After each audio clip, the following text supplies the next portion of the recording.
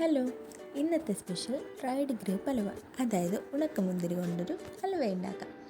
അതിനാദ്യം നമുക്ക് ഈ ഉണക്കമുന്തിരി ഒന്ന് കഴുകിയെടുക്കാം. ആ കഴുകിയെടുത്ത ഉണക്കമുന്തിരിയിലേക്ക് കുറച്ച് വെള്ളം വെച്ച് കുറച്ച് നേരം അത് വെക്കണം. കുറച്ച് നേരം കഴിയുമ്പോൾ മിക്സിയുടെ ജാറിലേക്കിട്ട് അത് നന്നായിട്ട് അരച്ചെടുക്കുക.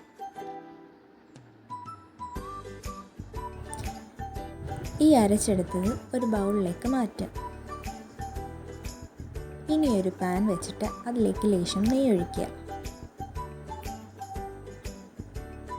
അതിലേക്ക് ഹലുവയ്ക്ക് ആവശ്യമായ കാഷ്യൂ നട്ട്സ് ഇട്ട് നന്നായി വറുത്തെടുക്കുക. ഇതൊരു ബ്രൗൺ കളറാകുമ്പോൾ നമുക്ക് മാറ്റി വെക്കാം.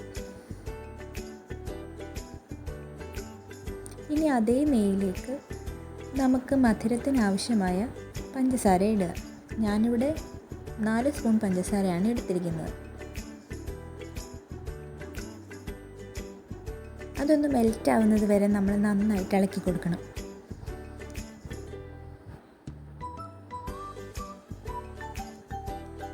മെൽറ്റായ പഞ്ചസാരയിലേക്ക് നമ്മൾ നേരത്തെ അരച്ച് മാറ്റി വെച്ച ഗ്രേപ്പ് കൂടി ചേർക്കുക. നന്നായി ഇളക്കുക.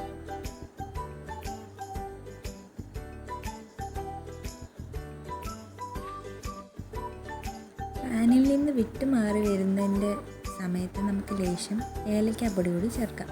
ഇനി അതിലേക്ക് നേരത്തെ വറുത്ത് മാറ്റി വെച്ച് കാഷ്യൂ നട്ട് കൂടെ ചേർക്കാം.